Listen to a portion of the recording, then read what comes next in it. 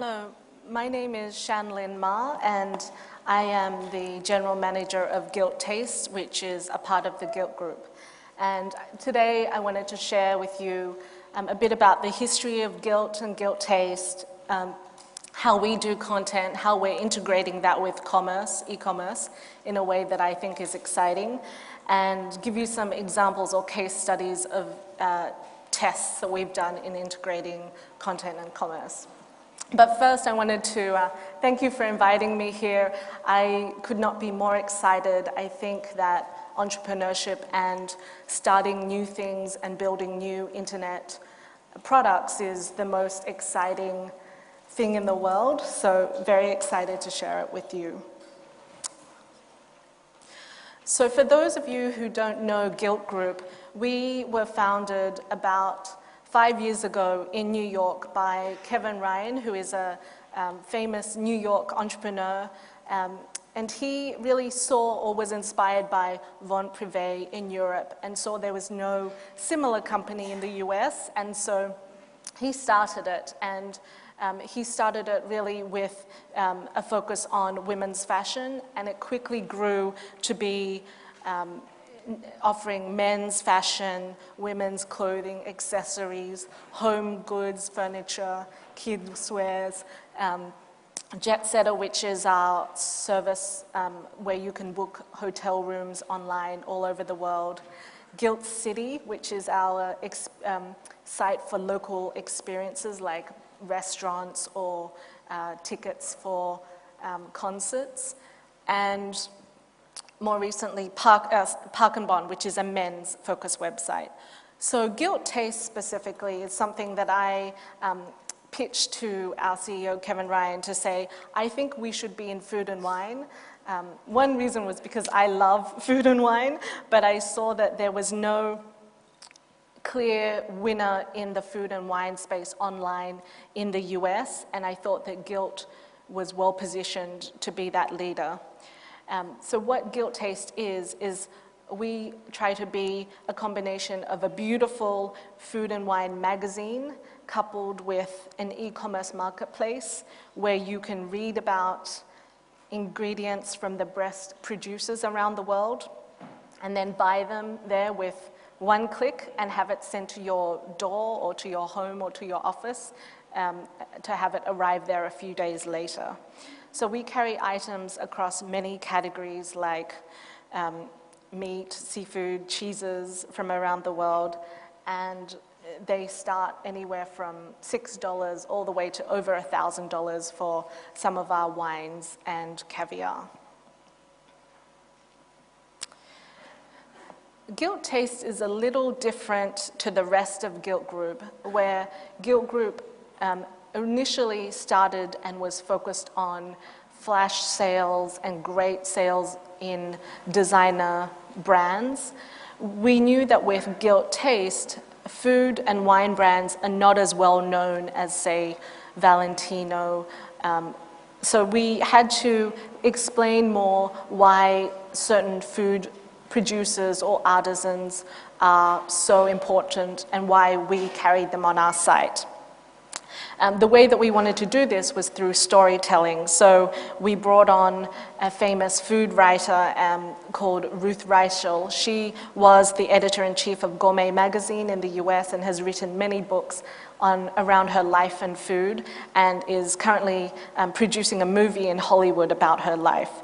And she is really leading the editorial effort to create new stories about food people and their lives. We have recipes and we have video content that is basically something that people tend to gravitate to whenever they have downtime. So we find our content is extremely popular on the weekends, on holidays, and at night when people want to relax. And the reason that we thought it was so important to invest in this editorial content is because we know that if it seemed to be too sales-like, or it seemed to be not high quality, we knew that people would not read it, not come back, and then not respect the food offerings that we had on the site. So we wanted to make sure that it was really important the content was of as high quality as possible. And we're very proud that the content and the stories that we have been nominated for many awards in the United States. And thirdly, the last reason we thought it was so important to offer this kind of content on an e-commerce site was because it drives a significant number of new users and repeat users to our site every day.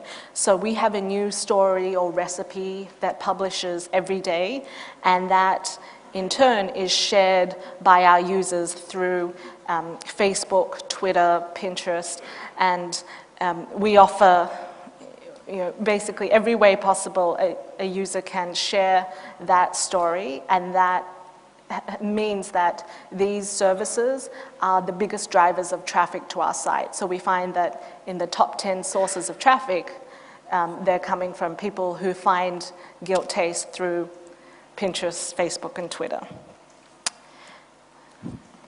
So I wanted to share with you some case studies or examples of ways that we've tried to integrate content and commerce in a way that is most exciting for our users and our customers.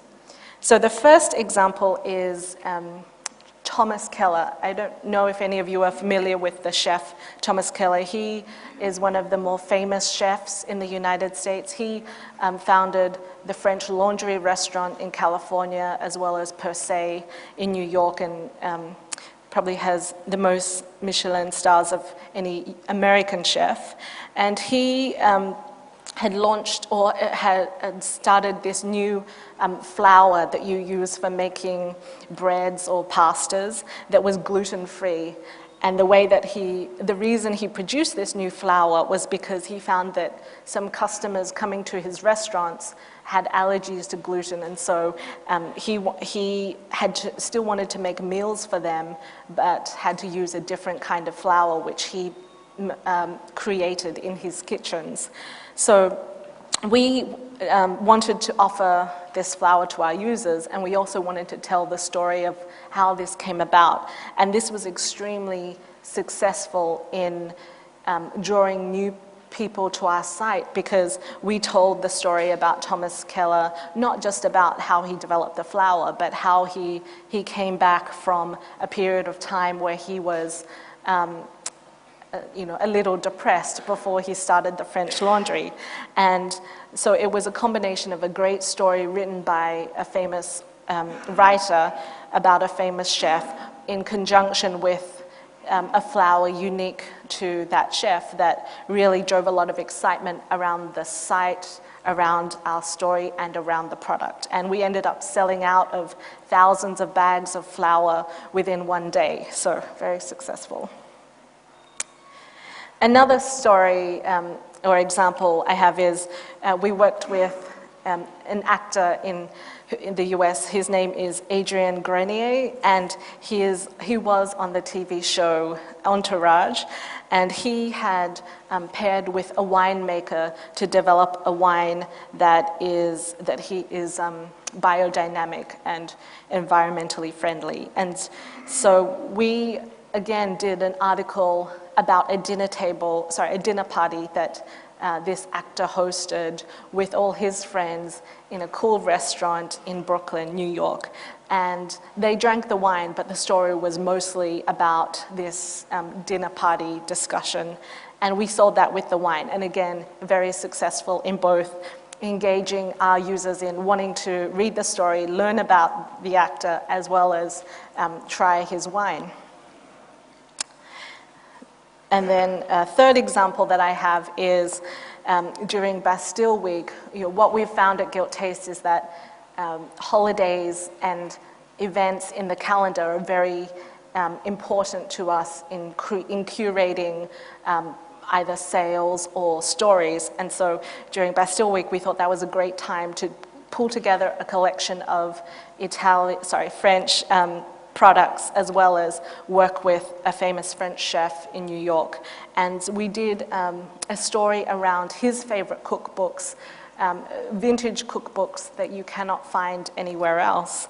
And we did a week-long series of what are the cookbooks that he holds closest to his heart, that he has learnt the most from, what is the story behind his large collection of copper pots in his restaurants? What are some of his favorite recipes? And we posted these news stories about this chef every day during Bastille Week, and then sold similar products like the cookbooks that he was talking about, or ingredients for his snails recipes. And that was received a large amount of press attention because it was something that you did not see on many other food sites, where you could read and then buy the products that were being referenced in those stories. And then more recently, we launched something last night in the US that I'm very excited about, which is another variation on commerce and content integrating. And that is, we partnered with a TV show on the Bravo network, and the name of the new TV show is called Around the World in 80 Plates. And this show takes contestants to a new city every week. So this week they were in London, and I believe in coming weeks they will be in Rome in Italy. And the contestants then have to gather ingredients from that city and cook something special from that country's cuisine. And Guilt Taste is the partner where you can find the ingredients that they use on the show. And so I think this is another example or another model that you can combine content, which is the TV show, and the competition around people traveling the world to find and cook new ingredients, with the marketplace that they can then have the viewers buy these ingredients from. And for example, during the Italy episodes, we will have Italian wine and food products for people to buy so they can cook the same thing that they saw on that TV show. So those are just a handful of examples of some of the experiments that we've done.